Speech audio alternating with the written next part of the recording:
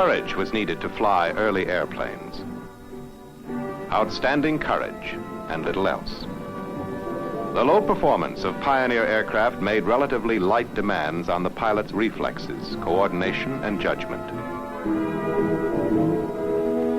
The first half-century of flight brought enormous advances in aircraft performance and parallel demands for higher pilot performance.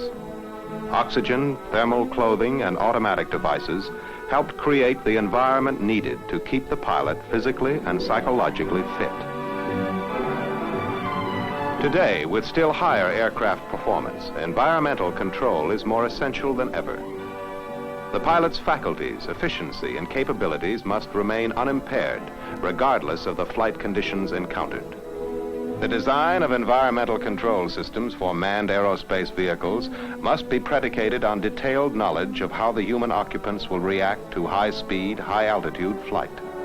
If we are to furnish the pilot of the future with adequate protection and utilize his abilities to the fullest extent, we must increase our understanding of his psychophysiological responses to flight conditions.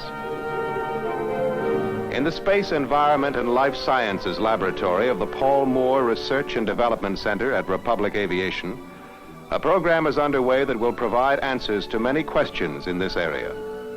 Dynamic biomedical monitoring, employing advanced telemetry techniques, is an important feature of the program.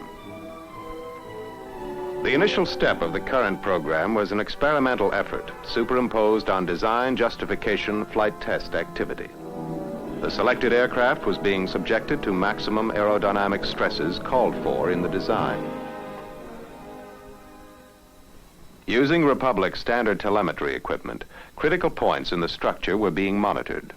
The circumstances offered a unique opportunity to obtain interesting and important data about the reactions of the pilot under especially high stresses. So he too was instrumented, and 2 transmission channels were assigned to biomedical use. One for the pilot's EKG, and one for his respiration rate. Within the limits imposed by the equipment available, the results were highly satisfactory. But a system better suited to the special requirements of biomedical monitoring was needed. Research objectives were defined, equipment specifications prepared, and an entire new system engineered. Today, the program is moving forward rapidly. This is how a subject pilot or astronaut is fitted with sensors of various types.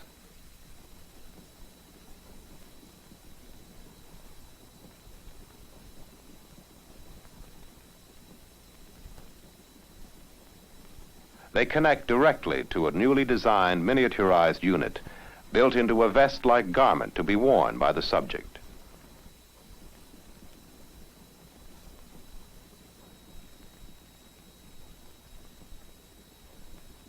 This package contains all the electronics for amplifying, conditioning, encoding, and transmitting the impulses that reflect the pilot's psychological and physiological responses to changing conditions.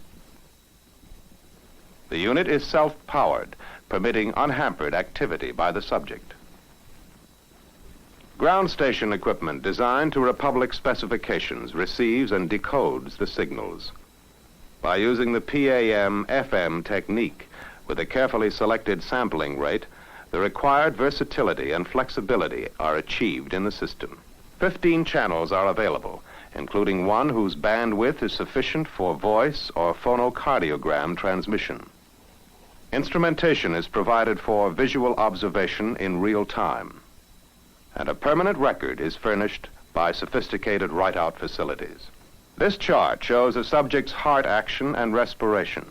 Interpreted in connection with the time base and with a parallel record of the flight parameters, specific variations in response can be related to changes in stress or environment.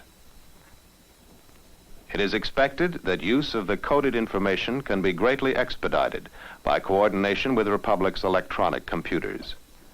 Instantaneous diagnosis based on computer reduction of telemetered data is a research goal.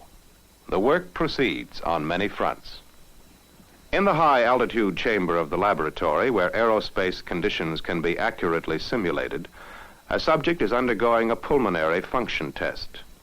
Current studies are directed toward separation of the psychological from the physiological manifestations. A prime objective is the development of sensors more suitable to dynamic monitoring than the clinical sensors now in use. Republic's telemetry system is designed to accommodate such improved sensors as they become available.